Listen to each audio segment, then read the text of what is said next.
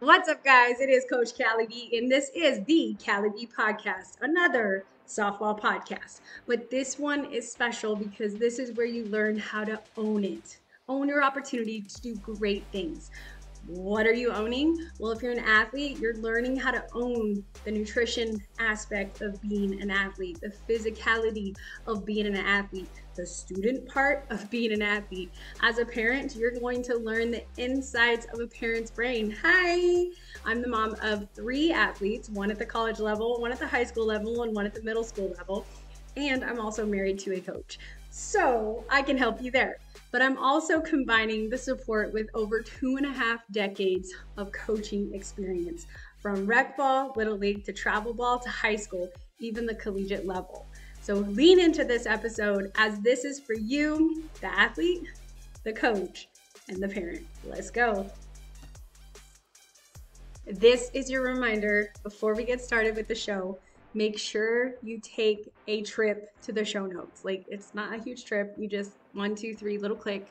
There you're going to find a link to access me, Coach Kally V, if you would like your daughter to train with me, as well as joining the KVS Coordinated Coaching membership. You're also going to be able to find all the contact information for NextEra PT as well as Push Performance. So don't forget to stop over at the show notes and get all that info. All right, now let's get into the show. What's up, guys? It is Coach Kally V, and it is another softball podcast. And in today's episode, I have not only one, not only two, but 3 guests on the show coming to me live from NextEra PT.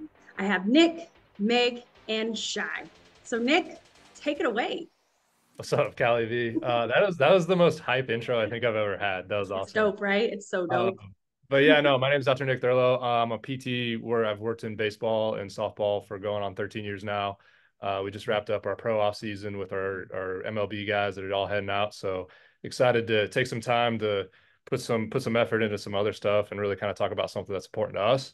I am partnered here in Arizona with Push Performance, who handles all of our strength and performance needs for all of our athletes. I've got Meg from Push with us today. She's one of the coaches that works with a lot of the softball gals. And then we've got a really important guest today that we're lucky to have. She's one of our residents from AT Still, Cheyenne here, who has been with us for almost 2 months now. And so she's got a lot of experience about what we've talked about today, but she's also been picking up some fun things that, probably would have made her career a little bit more fun back in the day. So, That's awesome. but yeah, just here to chat with you today about some softball. Yeah. So the main thing we're going to cover today, softball community, is the infamous ACL tear and how it is impacting the softball community. But also, Nick is going to help you, Meg is going to help you, and Shani is going to speak from experience as far as the things that you can do to prevent the injury. Like maybe not playing softball all year round, but maybe focusing on training a little bit better in those pockets where you have rest, but you're training smarter, not training harder, so to speak. So, Nick, little backstory on you. Like, where did you go to school? When did you decide to come out and do this in the particular area of Tempe? Correct? You're in Oh, Tempe, yeah. Yeah. Tempe, Arizona. Okay, so just give me a quick little spiel so my listeners know where you're at. Yeah, no doubt. So I'm originally from Colorado. Started NextEra back in 2017, and before that, I worked for like kind of your big sports practice where I saw way too many patients and didn't get to kind of put emphasis on what I really cared about, which was the overhead athlete. I've been working very closely with several organizations for the last couple of years. It's kind of why we decided to move down to Tempe. We opened up our practice in 2020 in Tempe. My wife and I and our 2 little girls, who are probably going to end up playing softball at some point. Yeah. We moved down here. Yeah, yeah. We moved down here about a year and a half ago full time, but I've had my staff down here since 2020. So I played baseball growing up. I was never the best athlete, but I was always a really hard worker. I was injured way too much, and then just kind of retrospectively looking back on it, I always question how I didn't have Tommy John, just because I've seen mechanics of how I used to throw and how I used to work out. So that's really what's kind of driven us down this path, and we've just had a lot of success with it. So Nice. And what about you, Meg, with Push? Like, where's that at? Yeah, so my little background, I'm from Massachusetts originally. I got my bachelor's degree in movement science and exercise science in a school in Mass. After that, I had the great opportunity to work at Cressy Sports Performance. I interned there after college. where I got all of my experience and knowledge in the baseball community and rotational overhead athletes. That really was my stepping stone to get into the baseball community, which is awesome. And I also did work with some softball and volleyball players there as well. I was a sports performance and personal trainer before I moved out here, which has almost been a year now, which I'm so excited about. But yeah, so I've been in Tempe here. As soon as I got out here, started being a strength coach, and we're just trying to build that softball community. But like, as we've talked about, it's kind of hard to get these girls in the strength side of it. So hopefully with this, we can, get some girls finding the. Yeah, that's the whole goal. Shy, tell us your story. Just teasing. So when I was in high school, I had a hamstring and a quad strain right during tryouts, typical high school season. I recovered from it, quote unquote. I did some kind of lousy rehab because it was just like get in, get out type of thing. And I was trying to like basically be a senior and just go out and do my thing. When I was playing in a tournament, I was going for a pitch, a fly ball, and the pitcher was bigger than me.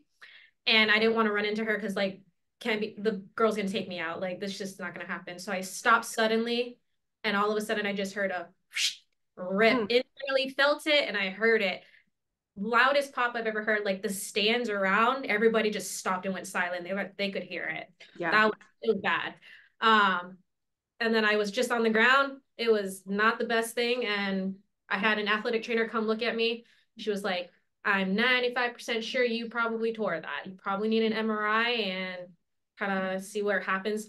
At this point, I had already committed to a D2 college, so my scholarship was on the line. So I was like, I had to talk to the coach. I was like, are you still going to take me? And he was like, if you do your rehab, do a really good rehab, I will take you and we'll work from there. I was like, okay, sold. Did he take you? He did. Oh, nice. Yeah, so. Cool. Did you do a really good rehab?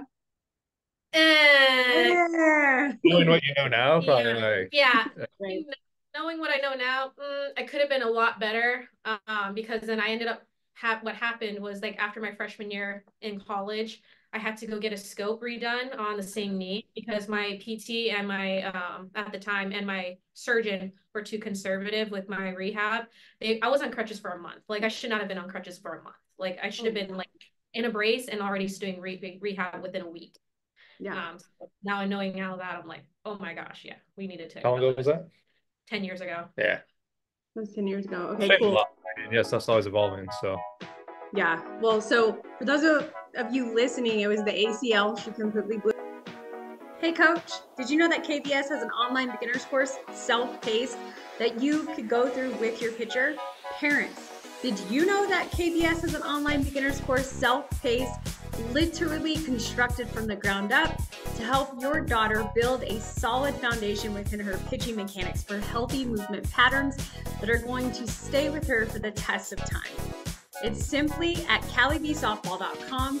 That's Kally like Sally, V as in Victor, softball.com, and you are going to click on online beginner's course, and from there you purchase. The coolest part is when you complete this course, your daughter gets a call with me, Coach Kally V, one-on-one, and we get to talk about all the things that she learned.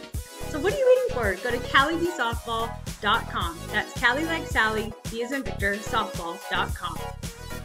Yeah, well, so for those of you listening, it was the ACL. She completely blew her ACL. I've heard that plenty of times when people blow their ACL, it literally sounds like a shotgun.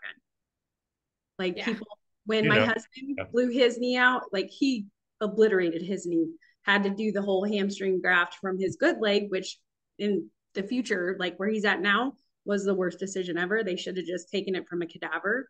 But he said in that moment when he hit the ground and tried to turn and make the play, he heard it. Everybody else heard it. He felt it internally. Like it was crazy. So what positions did you play? I know we discussed that pre-talk, but I want the community to know as well. So I played shortstop, second, and third. I was recruited originally to be a second baseman, and then because my movement wasn't as great, they moved me third, and I ended up doing well, but then it was not the greatest outcome for me. That's okay. Look at you now, girl. Look at you now. Adversity has brought you here and you are shining. Yeah. There you go. I love that. Okay, now let's get to the injury heard around the softball community. What, three weeks ago, Nick, when Jordy Ball officially blew her knee out. Last year, they're saying that Montana Fouts had the same injury. So right away, me being a pitching coach, I'm like, oh gosh, what, is there anything I'm doing that can help prevent this for my girls? But knowing that Cheyenne is on the call and she's not a pitcher and she blew her ACL out, like, what is the correlation movement pattern that softball players are doing? And then how can they cross train? Again, working smarter, not harder, to help prevent that. Right. But I know like injury prevention is always like a buzzword that you hear a lot. But I mean, at the end of the day, we can't prevent injuries, but we can sure as heck reduce them, right? Like we can put, I kind of look at it as like a piggy bank. If you're playing too much and you're only playing and you're poor sleep, poor nutrition, those things, that's taking money out of the bank. Mm-hmm. So, and high school athletes are really good at overdrawing their bank accounts.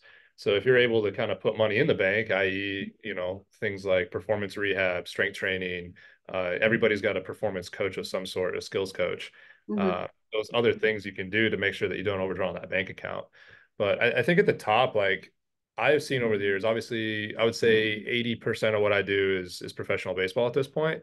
But when we do work with our high school, softball players or collegiate softball players, it's always kind of mind-blowing to me how far behind the community is and their thought processes. And, baseball has all this data, softball doesn't have it. Or if it is there, not everybody wants to kind of like look into it and do something with it. So I think finding people, tooting our own horns here, but the way we go about things to objectively look at an athlete and sit down with them and build out their calendar and their year and really look at what's important to them so they can put, check boxes along the way to make sure that they're putting all that money in the bank so that they don't overdraw the bank account is huge. Right. When you look specifically at ACLs with females, you see majority of them are non-contact ACLs. So then you got to kind of think about like the anatomical structure that young female athletes have, and then combine that with growing and everything else that's going on. I mean, if they're not putting time and effort into the development side, it's going to catch up with them. Mm-hmm. That's what you see with our pitchers, right? So it's not atypical when you look at those lead leg issues and the amount of stopping force that front leg needs. And if they're underdeveloped or they move poorly, there's going to be stress on something. And unfortunately, mm-hmm. it can be the ACL. So like, I mean, it sounds like you didn't, I was kind of thinking like, oh, it's going to go against everything I'm about to say, but it sounds like you didn't make contact with the pitcher. Nope. So it was non-contact. And, you kind of see that was a result of it. So it was a non-contact ACL injury. So, and I'd be willing to bet there wasn't a lot of development from a strength standpoint in the high school level. And we fight that all the time with female athletes, is just that misconception. I mean, I think I don't want to steal thunder from Meg, but, she sees it all the time on the strength side with our females. Where they have this misconception of like what strength training does to them and for them and how they move. So I think it's really just like the lack of knowledge with the value that strength training has towards. If the girls don't know that, why would they seek it out, right? So I think on the baseball side, they have more of the knowledge of the value that the strength training can do. But softball girls, I don't know if it's just our lacking of communication towards them or whoever's around them. And that's what we just want to get out a little bit more. I think it's also like almost like a society unspoken thing. I have dealt with athletes that are more of a long bone type structure and they're always injury prone, right? They're always, their joints are looser, and when I tell these athletes, like, you need to train, and when I say train, like strength train smarter, like start off with bands, get your proper movement, then start adding weights. But then I hit this, like, I don't want to call it stupid because I want the girls to know that their feelings are validated and their emotions are validated. But when they get worried about what the scale is going to say because they're getting stronger, how can you speak to the female athlete who maybe her worst fear of strength training is she's going to get fatter, like the scale's going to go up? Did you know that when you join the KVS Coordinated Coaching membership, you are locked into exclusive discounts on products that are going to help not only make your job so much easier, but your team practice so much more effectively and efficiently and take that practice to the game? I'm talking products like the Tater Ball, the 5-ounce, highly dense compressed softball. Yes, there is a baseball too, okay, but I'm going to talk to my softball coaches. This ball can go into the hack attack machine and your softball players can take multiple reps and their hands don't hurt, their wrists don't hurt, and it protects your $500 game bag. What? I know, get out of here, right? But it doesn't stop there. You also get discounts on amazing products like for the mind. I'm talking Always Grind, the journals for the coach, the pitcher, the catcher, the hitter, for your whole entire team. Yes, this is huge. This is something I love implementing in my pitchers' work, especially when they're working bullpens. Ooh, talk about carrying the practice into the game. Let's go, right? But one more thing, one of my favorites, high-level throwing. Why high-level throwing? Because they have programs specifically designed for beginner athletes to athletes that maybe have created a negative movement pattern, and it just reins them right back in to where they're moving in such a way that they're going to have a healthy, long career playing softball and baseball. So yeah, when you join the KVS Coordinated Coaching membership, my partners partner up with you. So don't you want that? That's right, you do. Go back to the show notes, click on the KVS Coordinated Coaching membership, and join today. And not only lock in your exclusive discounts, but just be a part of a community that just cares about you, the coach, as well as your athletes. Let's go. Thanks, guys. I want the girls to know that their feelings are validated and their emotions are validated. But when they get worried about what the scale is going to say because they're getting stronger, how can you speak to the female athlete who maybe her worst fear of strength training is she's going to get fatter, like the scale's going to go up? Yeah. 100%. This is a topic that I really thought we were like getting rid of. I thought we were moving on from it, but it's still so present. It is. And it's heartbreaking, especially for young growing girls. I think the biggest thing is if we flip it onto the other side, not worrying about how our body looks, which in result, you'll feel better, you'll look better, and it will come to that. But I know it's just the mental part of it that needs to be switched. Strength training is going to help confidence. It's going to help mental clarity. It's going to help energize, and that kind of stuff is going to translate onto the field. That's what you need. But if we just start with like that switch of let's do this for our mental side and preparedness for softball and not worry about the physical side, which I know that's going to come. But that's just where you have to have like a good strength coach or a good just mentor who's going to help you feel those emotions, talk you out of it a little bit, let you feel it, but just really just take the pressure and the feeling off of that. I do have a girl right now who's struggling to gain weight. So that is on the other side. So she's really like, she just wants to add more weight because she knows the value of where she needs to be. And if she needs to throw harder, swing harder, she needs to put that weight on. So that's actually on the opposite scale, but we still have both of those, needing to gain weight or not wanting to gain weight. We still see both of those. I always think it's funny too, like the amount of times I hear, oh, my son or daughter can't gain weight, or my son or daughter can't lose weight. And I'm like, okay, cool. Like, what's their caloric expenditure in a day? Well, I don't know. Do they have an iPhone or an Apple Watch or a $40 Fitbit? Mm-hmm. Hey, how many calories are they putting in or taking out? Or sorry, how many calories are they putting in? Well, I don't know. They eat a lot. It's like, do you track it? No. All right. Well, we can't really have this conversation unless you're actually putting effort into it. But you do see like, that stigma with female athletes, like, oh, I don't want to get too muscular, or I don't want to, I don't want to gain weight. And it's like, yeah, well, here's the thing. Like, you're going to walk into a Division I program if that's your goal. And there's girls that deadlift 450 pounds like it's nothing. Mm-hmm. And they absolutely rake. So if your goal is to play Division I softball, it's time to start thinking about this and not be the kid that shows up day one that hasn't ever gotten under a bar or, loaded their lower half, So, and I think that's important too, is that's what I talk about. Like, we try to sit down with each athlete after an assessment and, really kind of talk about what's your goals. Are you a middle school athlete that wants to make, JV your freshman year or varsity or whatever? Are you a high school athlete that wants to play collegiately? Are you a collegiate athlete that wants to play professionally? And you really have to kind of like sit down and map that stuff out. And I don't think the community does that very well from a softball standpoint. They think about the next showcase, the next tournament. Don't even get me started on like pitch Don't get me started. That's what they think about versus like, the athletes that really invest in the bigger picture.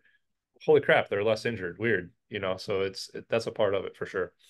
Well, here's a crazy thought, and I'm going to put this out there, and I really hope people hear it. But so for me, when people work with me, it's like, what are your goals? You want to play college ball? And if they're like, they've been pitching for a year and they want to play at UCLA and they're 16, okay, we need to be realistic, right? But I'm starting to see like, why can't places like you guys, what you guys are doing, start partnering with travel ball organizations and locking in that strength training component? I think it's a brilliant idea because I'm also a mom. Yeah. And you know, Nick, because you've been Evan's PT and he's playing college ball. Shout out, And Evan. shout out, Evan. And it's it's one of those things where as a sports parent, you're like, oh my gosh, one more thing. Yeah. When I'm like, can you just like team up and make it one transaction and, you know, even work out a little percentage off because the organization is bringing you in, you know? And I mean, if you are currently a KVS pitcher, you already know that you have access to NextEra PT as well as push performance through the valve performance data. And in all transparency, your girl went there 2 weeks ago, got evaluated by Dr. Nick, got some dry needling with stem, did the valve performance data, and then from there, Meg worked her magic and designed my own personal plan to get stronger. So I just want to invite you guys, if you are not one of my clients, please be sure to take your kid, whether they play baseball or softball, to this amazing facility that is designed to the baseball and to the softball players' goals. Dr. Nick talked about it earlier in this podcast. The goals, the specific goals, are not being discussed enough. So I want to encourage you as the parent of a softball player or a baseball player, please sit your kid down and talk to them about what their goals are. What do they want to do in high school? Do they want to go on and play college baseball or softball? And if they do, you already know where to go. Let's go. Done that. I can tell you why people don't do it. It's value versus cost.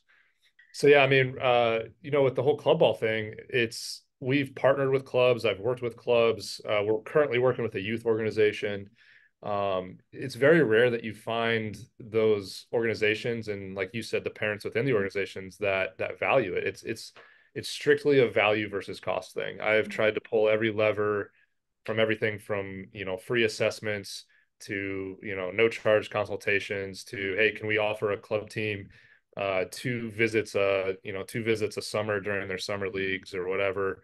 On the strength side, you know, we massively discount our training services for teams.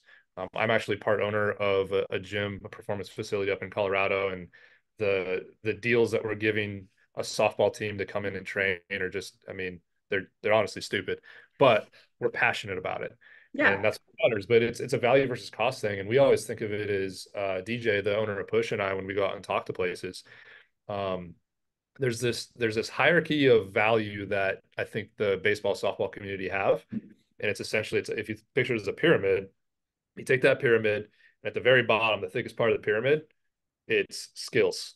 That's where parents want to put their money into. It's hitting, pitching, you know, glove work, whatever, right?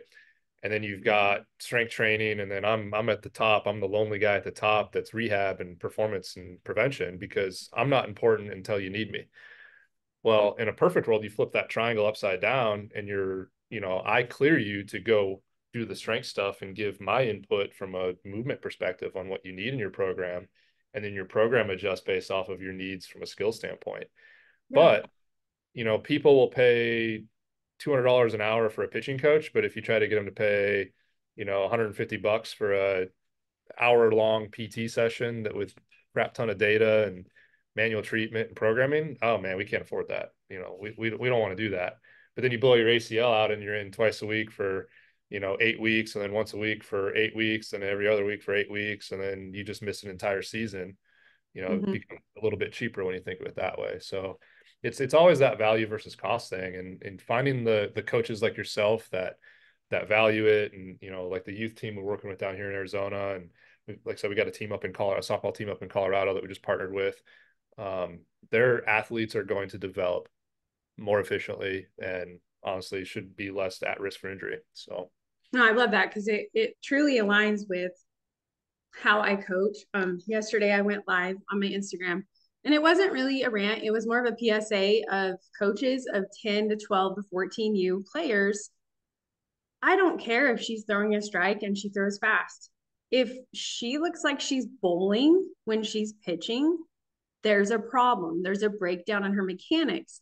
And when you continue to let that happen, and this was something you educated me on, even though I knew it, it was just hearing from you, the professional, where you were like, yeah, you're just using the wrong muscle. It was like, Right. I know that. But when I see these girls pitching strike after strike, throwing gas, and coaches leaving them in, pitch after pitch after pitch, like I literally can't watch anymore because I'm like, well, she's never going to have proper growth of her big muscles. Like she's going to, like, things are going to be built differently. And she's probably going to have chronic pain once she's done playing softball. And she'll Right. be like your best client. But by then, she's going to be married and have 3 kids, and she's going to have to take care of her kids and not have to, she won't be able to take care of herself.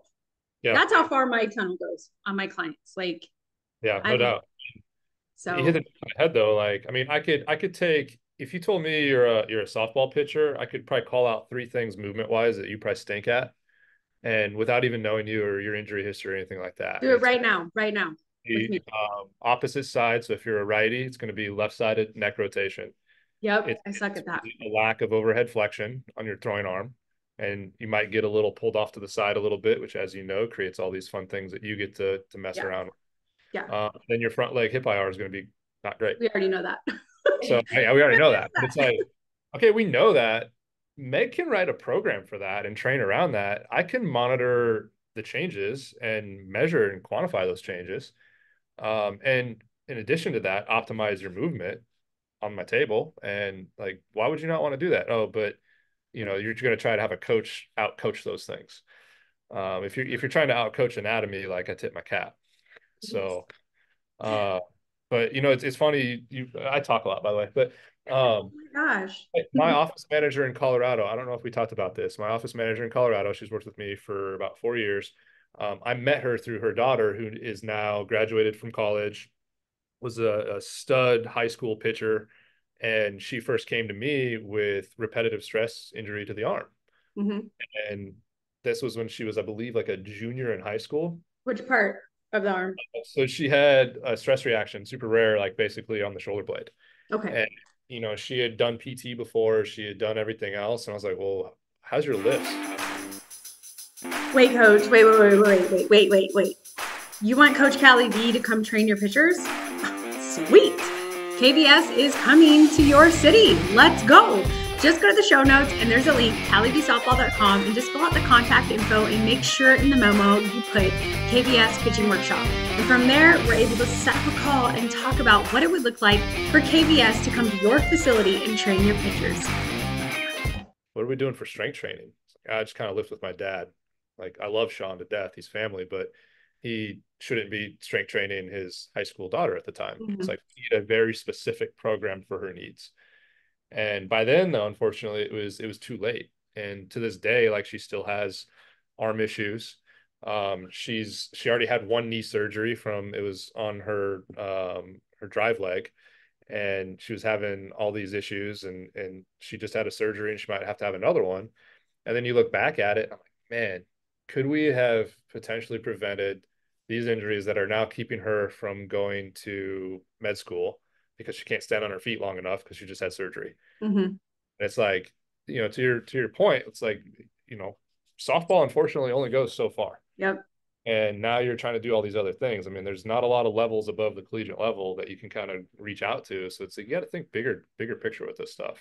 100%. And that's what she's doing. So the fact that you said she had knee surgery on her drive side, like I can already picture what she looked like when she pitched. Like I can already see it. And that's one thing. I don't want to say it's something I battle because I don't feel like it should be a fight. But the men's fast pitch community, now leaping is legalized. Crow hopping is still illegal, even though some girls get away with it at the college level or at any level. And the one thing that some people will say is we walk the same, we swim the same, we run the same, we should be able to pitch the same. I beg to differ, and my reason is science backed. Like, it's not based on an emotion or a feeling. It's literally the fact that we don't have the testosterone that a man has, and our hips as female athletes, once a month, everything softens. We're at a risk for an injury once a month. We always have to deal with the monthly, right? And they're still pushing the agenda of having female athletes literally look like a male fast pitch pitcher, which that's great that they look like that. But I don't feel like biomechanically it's something that a female should be doing, let alone do for a long time. Right. And So add puberty to that with, growth 100%. spurts and carrying angles and, hips widening and like all the normal life stuff that happens. And then like, oh, by the way, you're going to go, there's a girl that I work with pretty regularly and she'd be like, yeah, I threw 300 pitches this weekend. And I'm like, gosh. And it's like, what are you doing? Oh, you've been hurt ever since I've known you. Cool. Like, and you're a D1 prospect. Let's figure this out. And I think, and something that I wanted to bring up with you was, when you look at a high school program, I feel like every high school has like that one girl, and they've got that one horse that they throw out there every week. And I don't know if it's just it's a talent gap thing or is it a development thing, but every coach takes that one player and she does it all, every tournament, every high school weekend, whatever. I think that's another issue with the community is like baseball is like, hey, we need 3 guys on a high school staff. Yeah. We need to rotate through 3 guys. And then they'll find those 3 guys, whether, they're the ace or not. But softball just doesn't care. They're like, yeah, we got this one girl. She's good. It's a natural motion. We can do this over and over again. It's like, gosh. So that worked. Natural motion was prevalent when I was playing ball. Oh prevalent. my God. And now, because I'm growing with my sport, because I'm not stopping and going, it's the Kally V way. I'm going, okay, how can we get you to move properly? What do I need to educate myself on for you? Right. I'm learning that it's not about the arm circle. Like, it's just not. It's about the lower half. That truly is. And if you ask anybody, where does your power come from in your pitch? Your lower half. And that's where we're seeing the most damage. Girls aren't graduating school with random rotator cuff surgeries. They're literally like out in the real world playing slow pitch because it's a girl gang and they go out and they do it right. And they just make some stupid play and they blow their knee out. Yeah. They don't throw their shoulder out. So I'm like, that right there should be a red flag. We have to move away, and it's a culture, it's a community idea, but we have to move away from that because I believe pitch count should be locked in on girls. I believe transparency should be. I think this is how, like when Evan was little, Evan always threw gas. Like they put him into close. And I remember when he was about 12, I was like, I want you to start allotting yourself how many pitches you're going to go in and throw, close the game out. Like you need to start mentally challenging yourself. And I do this with my pitchers too. And he would literally go 12 and he would get out of the inning in 9. He just won too. Like, Evan, you dog. He's going to be like, oh gosh. But it's just one of those things where like, we need to start being realistic with our pitchers. Like, hey, this team's really tough. These are the sequences we're going to work. What's your pitching allotment? But still in the back of our mind as a coach, take accountability on that kid's future, because I know, we all know that coach is not going to help pay for the surgery down the road. Right. So start building a pitch allotment. And in turn, you also build confidence within that young girl. Again, directing right back to Meg. Why should we strength train? Because there's so much confidence that comes with that. I'm going to go off here, but what is I know it's an endorphin.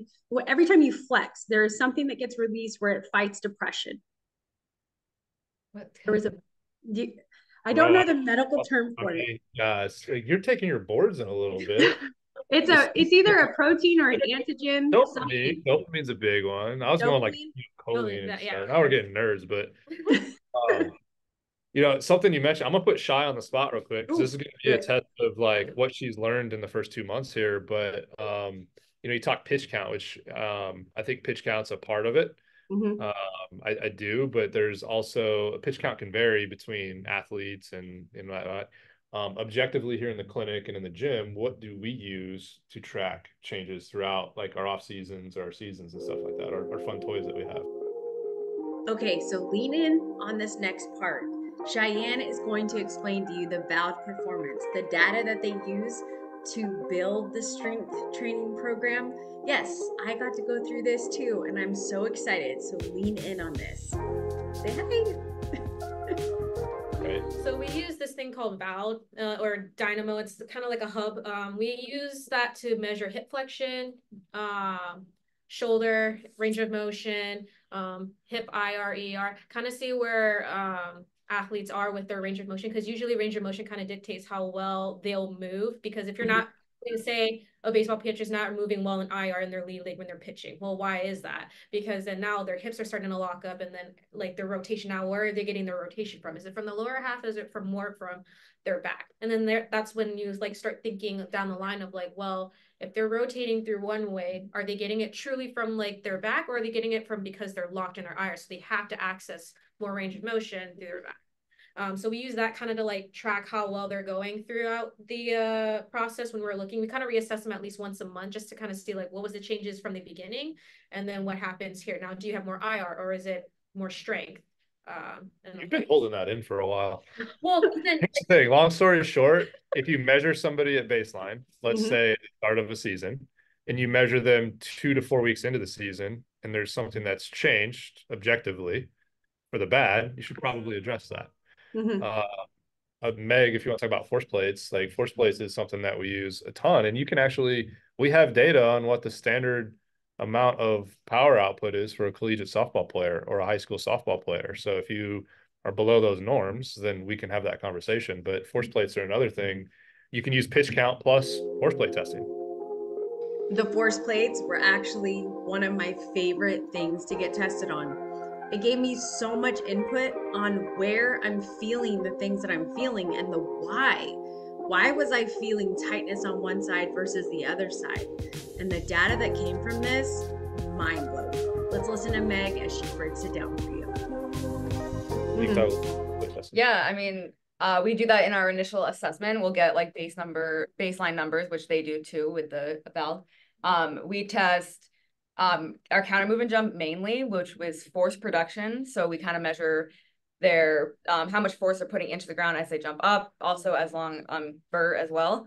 There's also a measurement that we look at now, and it's fatigue readiness. So if that number is going up, it shows that they're more ready for that jump. And if it's going down, we kind of want to get it back on the scale so we know that they're ready and their performance. So that's kind of something that we look at training wise. So if their fatigue is going down, we want to, give them a deload week, or just make sure they're like switch things up just to make sure their readiness is up. But that's something along with, vert is fun to look at anyway, but the force production is what we mainly look at. And that kind of correlates to lower body power, right? And if it's down a lot and we compare it to the numbers that we already see, we want to get it up, and we train that way. To jump off on a tangent there. You're fucked up right on this. I know he likes this. This is a good thing for her. It's gonna be the shy show. Let's go. Yeah. Especially because I've been through it. So like what Meg was saying about fatigue readiness. So high school season, they do not care about how tired you are, and usually fatigue, you're reusing that same muscle over and over again. You don't give it a chance to recover, which then you have a higher likely chance that it can't control that load, and then it just injury happens. That's literally what happened when I tore my ACLs, because I had a hamstring exhaustion and I had my quads not doing the job. And so what ended up happening is that like when I went for a pitch, my quads gave up on me and said, I'm not going to control this anymore. Right. ACL had to take it on and was like, I can't control that load either. Goodbye. And if I had someone who gave me like the amount of like fatigue readiness that Meg is like doing with programming, I think I would have been probably more likely to like prevent, or at least control the load better, and I wouldn't have probably torn, and I would have had a better like movement patterns and stuff like that. Especially because I've had chronic ankle sprains before, so that already is leading up to probably a knee problem and a hip problem. The knee takes the brunt when the hips and the ankle ain't working. So my hips were not in the right alignment. Pelvis wasn't good in alignment. Ankles were already shot. So the only other joint that could probably help kind of control that is my knee. And so if I had a better program, maybe I would have been better off for my college career. Yeah. No, I love that. No, thank you for sharing that. Cause I mean, I'm literally in my brain, I'm so animated. I'm like seeing, the quad going, no, I'm done. And the ACL going, like I can see that happening. We should like draw that up. Yeah, and I mean that's a part of our intake process with athletes is like we're going to test your quad strength and your hamstring strength and put a ratio on it and see if it falls within the norms. If it's not, then we should probably fix that, right? Yes. And not a lot of PTs look at that stuff. Not a lot of strength coaches look at that stuff, and it's something that's just a part of our day to day. Yeah. And if it dips down throughout the season, then we need to have a conversation about your workload, and maybe we need to adjust that pitch count. Maybe that pitch count was just this, guideline that was written 20 years ago that we're still using. And, I think there's all kinds of different things you can look at other than just one thing, which is pitch count. So, yeah, I think for me as a coach, when somebody says we won our game and I threw, let's just say 70 pitches, I know that was a good, strong pitched game. Yeah. That was a solid, like when you do the math and you break it down, you're like, oh, okay, she was averaging like 13 pitches, like 14, 15, nothing like 20, right? Those are the ones where you're like, oh gosh, get her off the mound, and it's a tough place. So to answer your question, I'm going to put myself in a high school coach's shoes, which I haven't been there for several years, but I've coached high school throughout my 2.5 decades of coaching. And I never really ran into that problem. But down here, I'm going to go out on a limb and I'm going to say, I agree with you. I think coaches almost feel this responsibility because the girl is so good. They want to be a part of getting her to that school. So yeah, so I agree with you guys. I think you guys are like beyond valuable. The fact that you were talking about withdrawals and deposits, I was literally just talking to a possible client about this. As far as like working with me, like it's not just I'm going to withdraw, like I'm going to make deposits, and you guys are a part of that deposit when people work with me. So I'm excited to be partnering up with people to get it. So no, like I'm excited. Like it's kind of scary because nobody's really doing it. Yeah. But at the same point, it's like we get to go to the drawing board and build it. So yeah, and I mean the cool part is like the model's already in place in the baseball world. Like we've been doing it for years. We've attempted to do it in the softball world, and it's just like there's roadblocks here and there. But I know it works, and the girls that have worked with us over the years, like they're studs, absolute studs, and they're some of the strongest in the state. They're all big D1 commits, and they've walked in their freshman year and gotten playing time. So like the girls that have, joined the guys here and trained and, been a part of it. And from the beginning, look at them now, they're all, sophomore, juniors, big D1 programs, just killing it. So shout out to all you girls, you know who you are. Yeah. I need to talk to them. If they're from here and they come home for breaks, I would love to bring them in and talk to my parents and just explain to them, like, it's not one more thing. Like, don't bring them in, you guys, next era. Don't bring you guys in when something's like when the house is burning. Let's set up all the smoke alarms. Let's do everything that we need to do and let's prevent it because accidents are going to happen. But it's when that accident happens, how strong are you to take it? What's your recovery going to be? You know what I mean? So cool. Well, I appreciate you guys being on. Did you want to add anything else or you feel like this was a good one? Yeah, no, I mean, I think we could probably do like 4 more of these hours on end, but I know. If anybody ever needs anything, we put out a ton of good content on our Instagrams.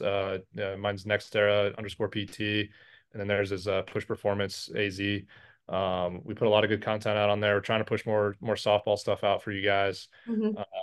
But yeah, and if anybody ever needs anything, like you could literally walk in here and sit down with us for 10 to 15 minutes and just chat too. And you really can, because I just did it like 3 weeks ago. So. Yeah, we make room for guys. We do consultations at no charge for people that want to learn a little bit more about it. And you can kind of like literally sit there and map out a plan for you pretty much right then and there and tell you kind of what you need to do. So I love it. Well, thank you, Nick. Thank you, Mike. Thank you, Shai, for being on the show.